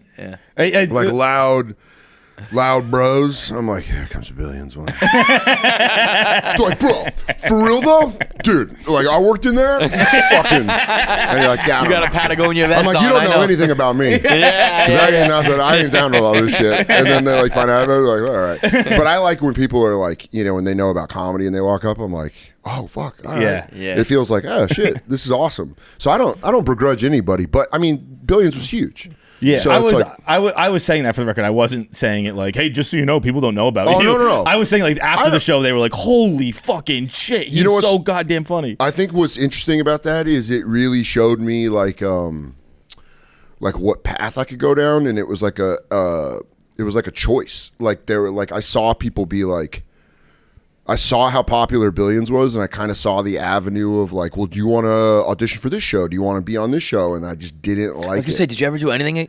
I didn't like it. I liked making Billions. It was like comfortable. It was easy. It was like here in New York. It was just like something I got to do. It felt almost like stumbled into it, right? Yeah, like, it was like my friend wrote the show. He loves comics. So he had like me, Birbiglia, Alan Havey, Sam Morrill. He had a bunch of people pop up in the show, but for me he was kind of like, hey, we need like a dickhead in the office, or kind of like a guy in the office. Yeah. And originally I was only supposed to be in like 3 episodes of season 1, and then another guy in the office that's like a really great actor got like a bunch of shit, and they're like, we're gonna give his lines to you, and I was like, cool. Yeah. And then it just became a thing of like, hey, we wrote a part for you, and it just kind of grew, and it was like awesome. But actors live a crazy life. Like that's like a really hard thing, and I really respect actors that do that, but I'm not that. Yeah. I just like, I would get mad when they'd be like, you have to cancel Side Splitters. And I'd be like, I'm not canceling. And they're like, you have to film a scene with the guy that shorted Enron. And I'm like, I'm still not canceling. Grass loves stand-up, but it was a cool thing. It was like a really cool thing to do, but it's not something that I would like chase. Yeah. I don't Have you gotten any offers that are like, no, like you could get fast track, like you don't have to, like we just want you, like you don't have to there's been like do all the bullshit. There's been like things in the past that people have been like, hey, we kind of want you for this role or whatever, and I'm just like, if it works, it works, and it hasn't, so I'm not like stressed about it, you know what I mean? But like I'll pop up and shit if people want to put me on something, I'll do it. Yeah, I'm not like against it. I just like see how hard actors work. And I'm like, you guys, go give them the roles. Like they're like, yeah, but you know, I mean, yes, out here but also, fucking, I'm sure somebody would have looked at like the Bonfire, being like, you're on air every fucking day. Like that's a big, that's, you know what I mean? It's just kind of which world you come from. Yeah, it was just kind of like, I kind of just made the effort of like, I love comedy. I just love doing comedy. So I'm just gonna, you know, if I get to act and stuff, like I love the way Bill Burr does it. You know, like Bill Burr's a good actor, but he pops up and stuff, and he like he's like. He executive produces a lot of stuff. Yeah, too, I mean, he had right? F is for Family. He had Old Dads. He like does a lot of shit. But like, I just remember when I was like, you know, he'd pop up in Breaking Bad or like Mandalorian, and you're like, oh, that's awesome. Yeah, like, I love that shit. Yeah. So I just don't think it's something that I'm like gonna seek. I'm just like, yeah, if it happens, it happens. But I like just doing stand up. I know it's not quite stand up or like comedian world anymore, but. You got any inside scoop on what's going on with Jay Leno? Because something's going on with Jay Leno, bro. The eye patch? Dude, that was awesome. That story what happened? is not fucking real. We got his face burnt. Yeah, dude, he had a quote-unquote motorcycle. Bro, you see my treasure? You heard about this? Dude, he said he was staying at a Hampton Inn in Pittsburgh and was walking to dinner and decided to walk down a hill. That's old people shit. Bro, no, bro. When I show you this fucking hill, this is not a hill that anybody in the world would decide to walk down. It's not a hill. It's a fucking cliff. So he was just like, Look at this. You can see the Hampton Inn sign. He tried to walk down that cliff of the road. That's a rich guy that doesn't have anybody around him telling him not to do something. The way he's like so rich that people are like, bro. I don't know. They do the thing that like really, if you've been around really rich people, they always have an assistant and they'll like whisper shit to people. They go, Jay wants to walk down the hill. And they go, okay. And they go like, I don't think Jay should do that. They go, Jay's gonna walk down the hill. And then he falls and there's like 7 people. But that is very funny. Dude, he broke his hand. Also, here's my thing. Shout out Conan, dude. Conan gang for life. Yo, that guy deserves. COB. He deserves so. Conan much O'Brien's more the best. He's like kind of like a LeBron. Did It's like you we see just that- don't talk about how fucking unbelievable he kind of got screwed over with the whole thing. He got absolutely fucked over. Had that not happened, and I think he was just the guy. Did you see him he'd be- on? Did you see Conan when he went on Fallon and he like touched the desk? No. There's like a moment where he like touched the late night desk, and you're like, "That should be yours. Reclaim your kingdom." Did you Yeah, see he the should other have day just when thrown shit. he had the he said what Robin Williams did after he got fired? Oh yeah, that He just sent him with a bike. He was sent like, him a "Go bike. He's biking." like, "You'll be all right. Go for And it." like made it all Irish and shit.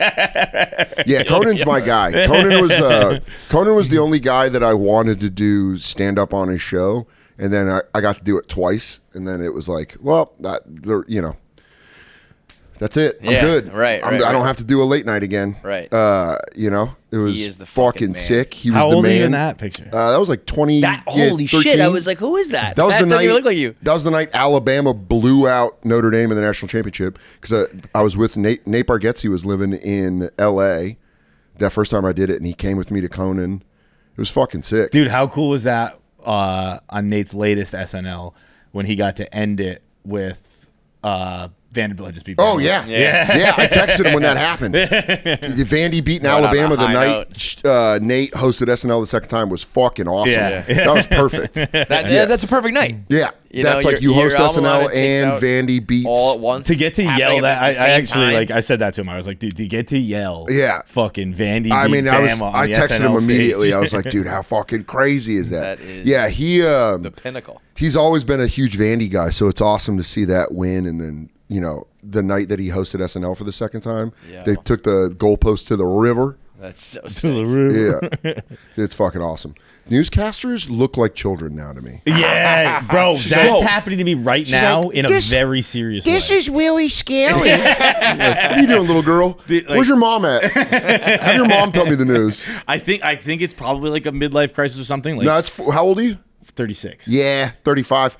It happened to me really bad when I was 40. I'm like We're all- everyone's everybody a looks kid. like a baby. Everyone Yeah. under 25 looks like a child cosplaying. Yeah. They look like they're dressed up like their parents for career day. But then also I see people like I'm watching a movie or something like that, and I see like the dad, and I'm like, that looks like me. Dog, I'm like old uncle energy now. Yeah. Like I'm going to my friends' houses and their kids are like 12 or whatever, and they're like, "Hey, Uncle Soder." I'm like, yeah, I can't smoke because I got the walking pneumonia, but I'm gonna have a little bit of my treats, a little bit of my sour treats. Sours. Are you gonna have kids? No, Not at all. Like, No. like definitely not. no, absolutely not. Next procedure is gonna be me fucking tying up the bag, brother. From the head to toe, like you said, bro. Get it all done. I'm gonna get it all done. Go to Turkey and I'm just a get bust- everything snipped. Yeah, I'm all about guilt-free nuts. Just fucking Just tossing loads, yeah, dude, man. blanks, baby. This ain't the set of Burn with Alec Baldwin. This is fucking or whatever it is. ain't gonna fucking check the gun on Gun me. ain't hot. This gun ain't Don't hot. worry, that thing's fine. Rust. That was what it was called. Rust. Yeah, I don't need an armorer to check me I on just- this one. This I shit is just- empty. Me and Katie have always had uncle and aunt energy. Yeah. We're gonna be fucking awesome. It's a bunch of dogs. We're gonna Bro, live, that is live in the so middle awesome. of nowhere. If you meet somebody you want to have kids and you're all on the same page, great. If you meet somebody you don't, the problem is when somebody wants to have kids and usually Yeah, I a mean, girl we've wants had, kids like- and the guys are kind of like, oh, I don't want to, but like I guess I will, and then that's when shit gets tough. Yeah. If you are aligned this way or that way, One of my but this way is going to be way more fun. Yeah, a lot one of travel, a lot it of was awesome funny, shit, a when- lot of When I was in Florida, one of the wives of like Mike's wife's brother's friend or whatever, she was like, "Oh, you guys are getting married. That's awesome. You guys having kids?" I was like, "Nope." And she was like, "Oh, you guys are like locked." She was like, "You said it so fast. You're locked Yeah. in." I'm like, "Yeah, it's just not happening." right. We just fucking. I told you.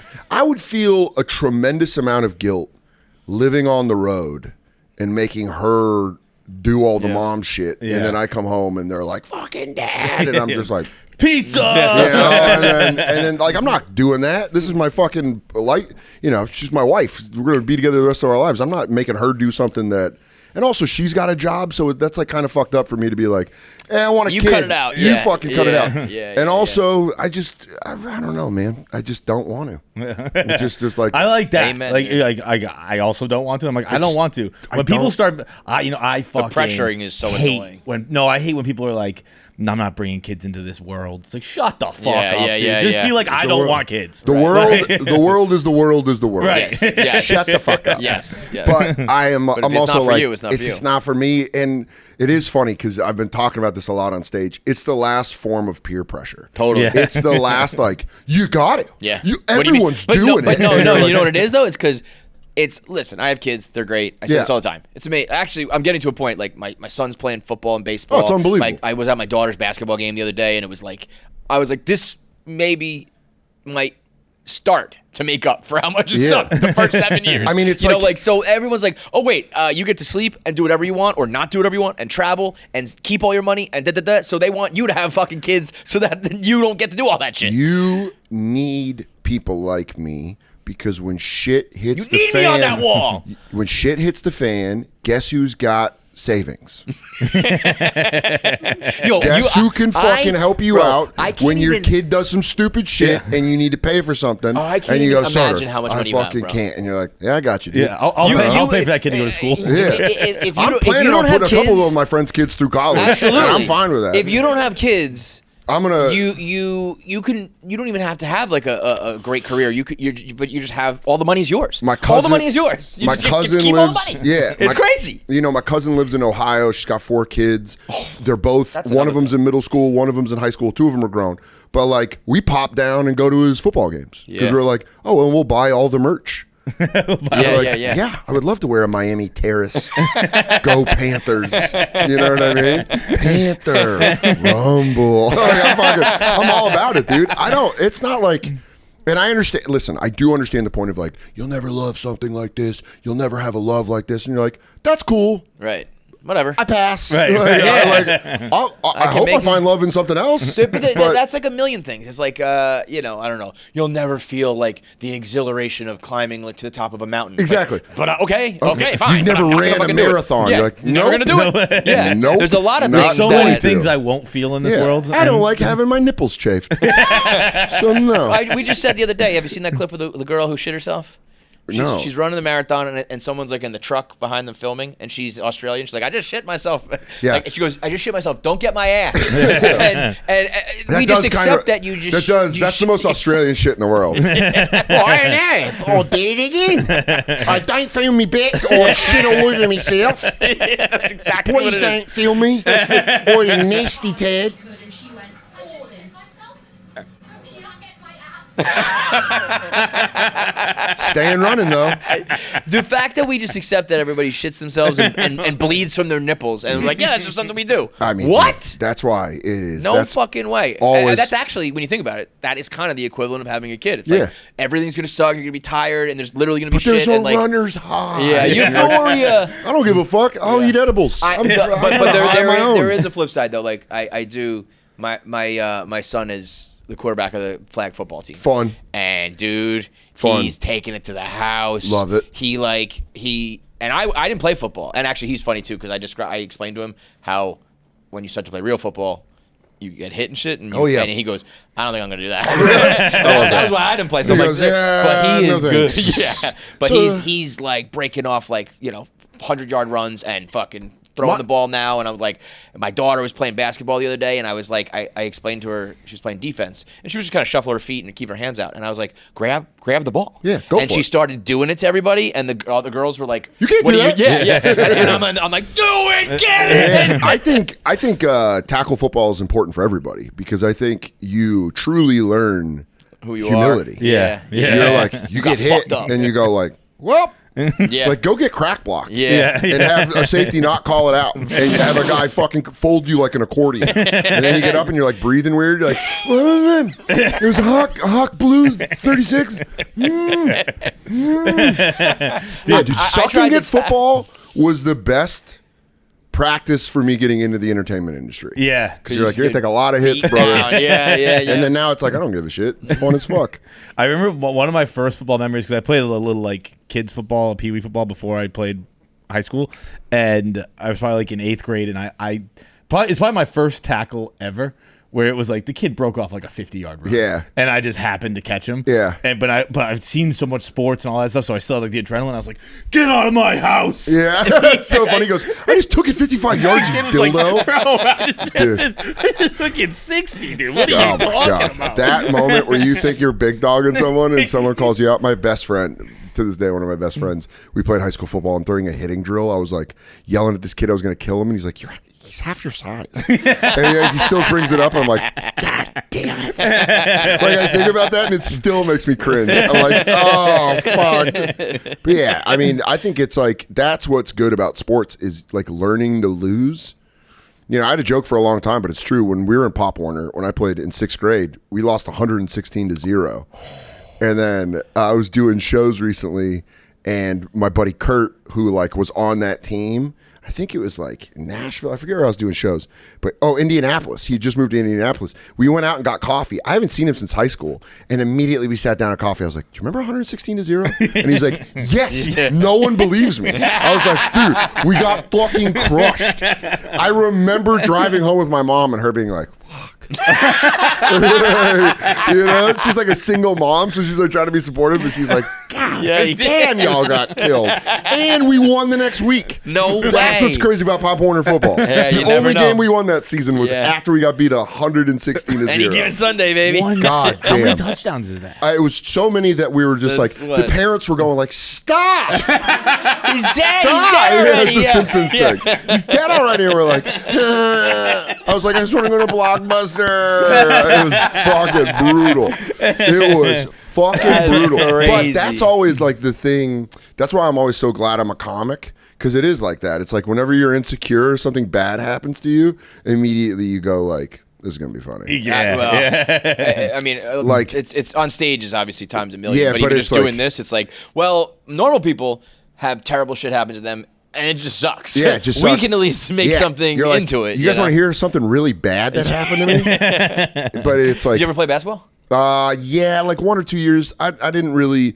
I played in a summer league that my school was like 400 kids total. Oh, okay. So everybody on the basketball team looked like me. We were all like, I think I was like the point guard, but also would play center. Like we were all you guys were like the Washington Generals. Yeah. I was literally, I was the captain of the team. We were 2-18. That's nuts. Okay, and it's very similar though. We beat like the best team in the county with this kid. His last name was either Castro or Cruz. I can't remember what it was.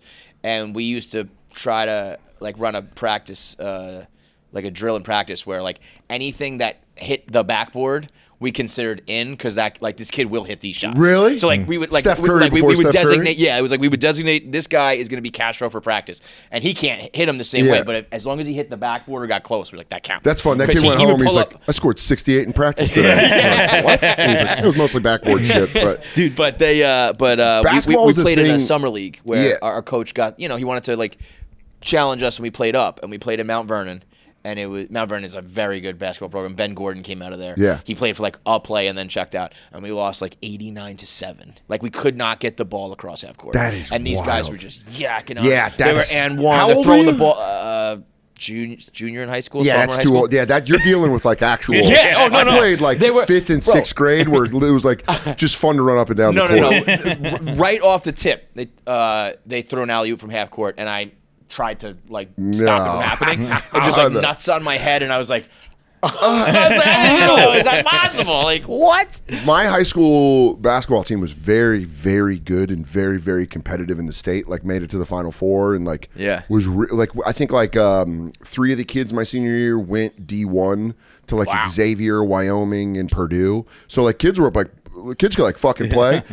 I liked basketball because that's when I found out I was really good at talking shit, because our bleachers would fill up. And if you were like good at talking shit, like the seniors would be like, come down here, talk shit to this kid. Because you'd like get in his head, you'd be like, you fucking suck. Because they were like taking the ball out. And if you got him to turn around, you're like, ah! It was fucking awesome.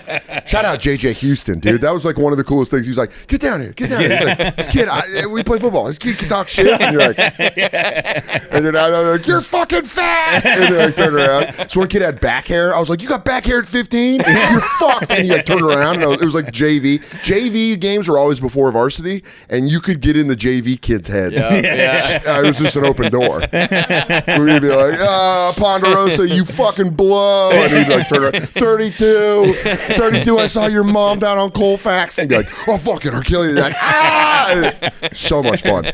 High school shit talking at basketball games. Oh my God! I also like the baseball bench. I thought was the funnest place in the world. Baseball. I mean, yeah. Our baseball team was nasty, so we'd go to baseball games and talk shit. Just talking shit, getting high in the parking lot, and then going and talking shit was so much fun. It's like making better a ball. Than playing sports. Yeah, it's like you guys should do this instead of that. I had to bust tables at a restaurant. So what? Go pick up a fucking 8 and then go fucking rolling up in the parking lot and be like, dude, I'm gonna get into this kid from Eagle Crest's head. Just sitting there and being like, your fucking mom. Yeah, it was awesome. I'm trying to think of institutions that have stood the test of time, quite like Express. Not the Roman Empire, that's for sure. Not the Roman Empire. I mean, anything that, like, when I think of, I get nostalgic about, like, my childhood. It's like all of those businesses, shows, entertainment acts, they're all gone. Yeah. It's just like they're all gone, and you have to remember the good old days. It is crazy, like just all kinds of. Like, I was thinking about cell phones the other day, and I was like, I'm sure the same phone people have given service my whole life. Like, not even close. It's like the last 3 years is all new companies. Totally. And you go, the bars you went to are now new ownership. You go, like the chains at the mall and the places you used to go, like they're all different. Everything changed. And then there's good old Express, just throwing the fastball still, getting you everything you need. If you're a guy, you need confident, easy, modern, everyday outfits for whatever life throws at you. And it's like, we had you covered in like 1997, and we'll have you probably covered in 2097, whether you're getting T-shirts or everything ranging from comfortable, casual clothes like T-shirts all the way up to suits and sweaters, everything you need. And if you can withstand living the amount of shit that's changed the last 20, 30 years, if you're still alive in this era, that means you're alive for a reason. So Express is always going to be there. And they have everything you need for the holiday season. They have everything you need for all the staples in your closet for everyday wear. So go to express.com or check out your local Express. Use promo code SADBOYSEASON. I guess, did we declare, like, is it Sad Boy Season? It's been pretty chilly, but then warm. I honestly haven't paid that much attention to it. There was a run there, I can tell you, because I didn't have heat in my house, that I got pretty cold. I still don't have heat in my house. Really? Yeah, I don't know what the deal with that is. I don't know who I'm even supposed to talk to about it, but that checks out. My heat does not work. That checks out. Get yourself a merino sweater from That's Express. I get home and I start putting on jackets. There you go. Yeah, it's the merino sweaters will keep you warm, but they are temperature regulating with the moisture wicking, so you won't get too hot. That's express.com, promo code SADBOYSEASON for 20% off in person or at express.com. I love that shit. Dude, speaking of basketball, the NBA in-season tournament. Yeah, I'm pissed. Why? Because I Joe Mazzulla, Celtics coach, he said, like, everyone says, like, it doesn't count. That's why it doesn't really. But it, like, there's not like a benefit of winning it except that you get like a trophy. But like that's, you can say that about the NBA season. Yeah, I don't know, but you get a chip. Yeah, nothing matters unless we all agree it matters. Upon it. But that's the thing is it's not a fully agreed upon thing. There should be like, you got to buy in. Yeah, there should be like a money. Dude, that's if the NBA was smart, they would make it like a DraftKings tournament, and DraftKings $10 million like bucks that you like divide up or something. Yeah. And, but and if you're on the bench, like LeBron doesn't take it. He gives spreads it around to like the other. I think guys. you do get. Okay, they get $500,000. Yeah, per player. Yes, that's got to be sick if you're like a young rookie. Yeah. Right. So I mean, it's like I'm not even a basketball guy, but it bothers me so much that everyone's like, it doesn't matter. Like, nothing matters unless we agree it matters. Like that, a 3-point shot doesn't matter, but we all say it counts for 3, so it fucking matters. Like. Yeah. It seems like something, particularly in the NBA, where like with load management and stuff like that, they've been very open about their like, we don't try every game. That's what Dan's doing. Yeah, I'm getting my fucking shit snipped so I can do. This is just like everyone agrees we're trying these. But games. I guess they just haven't everyone. Like I think 10 years from now maybe, but like right now when there's veterans who are like, I don't fucking care about that, and there are rookies who are like, I want $500,000, and it's kind of a mishmash. I think I agree with that. I could see it growing into something where it's like kind of means something after a while. Is like one time the finals is going to be like Lakers Celtics or something that's like a rivalry, and it's a great game, and it just gets people to buy into it where it's like, oh shit. It would be sick if they did the tournament where like if you won it and you somehow made it to the NBA Finals, you got home court. Make it kind of like they used to do with the All-Star game. Where they're like, if you win, you get home field, and you're like, well, then that fucking kind of matters. It makes more sense too with this, like the MLB format, like they had 10 players from 15 different teams. With this, like that team gets your home team. court. But it's like when you're playing growing up with your buddies, and like you'd play some games, and then you'd be like, yo, we playing for real now? Yeah. Like that's kind of what this is, where it's like, yo, we playing for real? Yeah. Okay, so it as a non-basketball guy, it makes me more interested to tune in that they're playing for real. And it's early enough in the season that you do get excited, where you're kind of like, all right. Yeah. Because the NBA season's it's long. the Emirates Cup, right? Yeah. So if there's they need to up that money. Get that Emirates money dude. going. If the Saudis are going to start fucking buying all our shit, give us that Saudi money. Yo, have you ever heard about the Chicago parking meter thing? No. Oh, it's awesome. He just told me about this. So in like during the recession in like the 2000s, Chicago needed cash, and they sold the rights to all of their parking to the Saudi like princes, like some fucking shit, right? And what was the exact numbers? It was like it made like they sold it for like $1.1 billion, and they made $1 billion in like 2 years. That's insane. They own all of Chicago parking for the next like for 75 years. 75 years. They made their money back in like a minute. And it makes $200 million a year for 75 years, and they just got to send it to Saudi Arabia while they're like drowning in murders and shit. And all they needed to do was just keep their quarters, keep their fucking parking meters. I'm one of the all-time bad. It's gonna happen to all of us, dude. We're all gonna be like, and welcome to the podcast. Sheikh Mohammed Ansala, and he's like, it's good to be here. It's fucking crazy. Like doing comedy for by the way, I am for sale from some Saudi fucking. I will take your blood money. So you can own the whole fucking thing if you want. Because like when the WWE started doing it, I was like, what is this? And now they do like, it was so funny because the first time they did it, they were like, I want the Undertaker to wrestle, and they're like, well, he retired, and he's like, I want the Undertaker to wrestle. And they're like, Undertaker will be there, brother. One more job. They brought back DX with Shawn Michaels and Triple H, and it was like, I think rated the worst match ever. Oh, really? They did Kane and Undertaker versus DX because one of the Sultans wanted to see it. Yeah, it's like Mike Tyson boxing. It's like these guys cannot do that anymore, bro. Please stop. It's not fucking. Please. Did you watch the McMahon? A documentary? Yeah. Oh, yeah. Yeah, that's right up your alley. Yeah, there was actually some stuff I didn't really know about that I thought was cool, but I thought they did a good job of the McMahon documentary. It's also, I was talking to Portnoy about it on the rundown the other day, like, there's just so many funny and ridiculous things they did that you kind of forget, and you're like, oh, yeah, they did that. They said that, and they, it's just like... When they did the smash cut of him cheating on Linda, and they were like, did you write that? And he's like, I didn't write that. And then you're like, yeah, you did. Showed him just making out with different women. And like, wasn't there... Like, it wasn't. It was family friendly. And you're like, no, it wasn't. I hit puberty right in the Attitude Era. Yeah, it was... perfect. I watched Val Venus get his cock cut off. Choppy, your pee-pee. Yeah, dude, I fucking... wasn't there something sexual with Stephanie and Vince? It was like very... Like, I mean, I don't know. They did a lot of angles. There was murder. There was Mae Young giving birth to a hand. I remember that. Shout out Mark Henry. That was unbelievable. Yeah, I don't know, man. Wrestling's in a fucking great place right now with Triple H running it. Yeah, he's smart. But it'll never be the same. Like, I actually... I've said this before, and I stick by this. I think the WWF Attitude Era is the greatest... I don't want to call it just form of entertainment. Like that era, the greatest entertainment product ever put out. That was the pinnacle. It could be argued comedy, that was the pinnacle. Sports, sitcoms, television. You just what had they did. You had the rock stars that were like Austin and The Rock, but also like I would just say great wrestlers. I would say you have to include, if you're going to include the Attitude Era, you got to talk about the Monday Night Wars, because what WCW was doing with NWO, wrestling as like a whole kind of. I mean, I still love it. Yeah. I fucking love it, dude. It's turn my brain off shit. It kind of got a little. It did get a little more family friendly though, right? It was like a little for more a while little with kid angle. The Cena era, it's kind of coming back. Like the Cena era, and now they're going to Netflix in January. Yeah, and I think they're going to be a lot more. But if that boxing match broadcast was any indication, they got to do some work. I don't think they have to worry about streams like that, but yeah, I think they.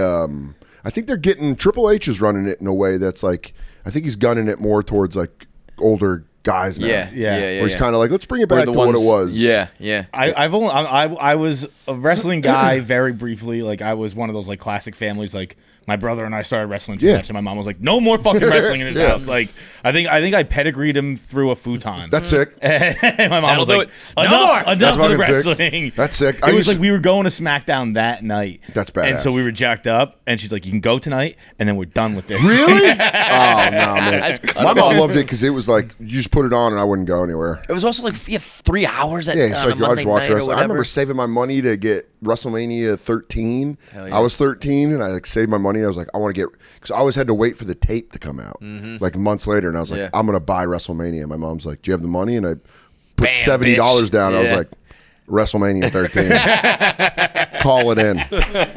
Call in the order. That is like, it was awesome. I guess if you watch the UFC, you can kind of, but like kids, I bet kids now save up to watch UFC. I guess and shit, so. Yeah, and like I remember WWF like pay-per-view parties. Like it was like we're all gonna get together at one house. Shout out, I think it was Nick Myers' like 9th birthday. He got the Royal Rumble, and everyone was like, "You got the fucking Royal Rumble!" It was fucking massive. But yeah, I fuck with wrestling very heavy still. I saw a clip of you the other day saying that you think it's like the #1 dry up the pussy in the room. Yeah, people are getting butthurt by that clip. I did Jeremiah Watkins' stand up on the spot, and someone yelled like, "Talk about wrestling," and I was like, "Dude, there's women here." You just want to talk about wrestling fans get very. I mean, and also I fucking. It is the ultimate scaring the hose. But now it's funny because it's like watching like that clip is like wrestling sites have picked it up or whatever, and they're like, "This dude's making fun of wrestling." You're like, you have no idea who you're talking about. He's the #1 super fan in the world. I'm like, bro, Macho Man Randy Savage was in the front row at your last show. Yeah, that was wild. That's awesome.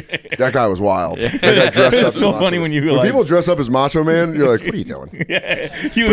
You acknowledge him, and you got so mad at yourself right away. You're like, I shouldn't have fucking even said anything. I thought it would have been funny if I didn't say anything to him the whole time, and he felt crazy. Where he left, and he's like, "Am I losing it?" He sees it, right? No, you didn't acknowledge me, and I didn't. You're just like, all right. But that was fun. That guy was cool as shit. I met him after the show. But yeah, that was a fun fucking show. It was very cool afterwards when you gave like, it wasn't a speech, but you were like, this means a lot to me. Oh yeah, dude, that was true. I watched Bill Burr there like exactly 15 years before at the New York Comedy Festival. Me and Nate got tickets through DeRosa and like watched Bill Burr, and like that. I truly think that show at Town Hall changed Nate and I for the better. Because like I remember leaving it, I had to go do a check spot at Stand Up New York, and Nate had a spot at Broadway, and we like walked through Times Square being like, that was the best show I've ever seen in my life.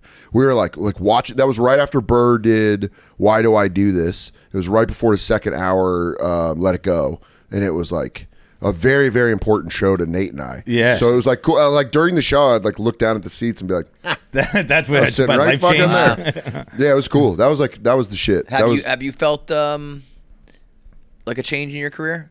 I mean, how's post Bonfire life? It's been great, man. Yeah. I missed the guys, I missed the crew, I missed the fans and shit. But like, it's been really fun building up on the road and like seeing it kind of pay off and like kind of being more available on stuff. And I think putting like 40 minutes out on YouTube was the move, because it was like just right to the people, and it did exactly what I wanted it to. I was so surprised because that was like what, 6 months ago?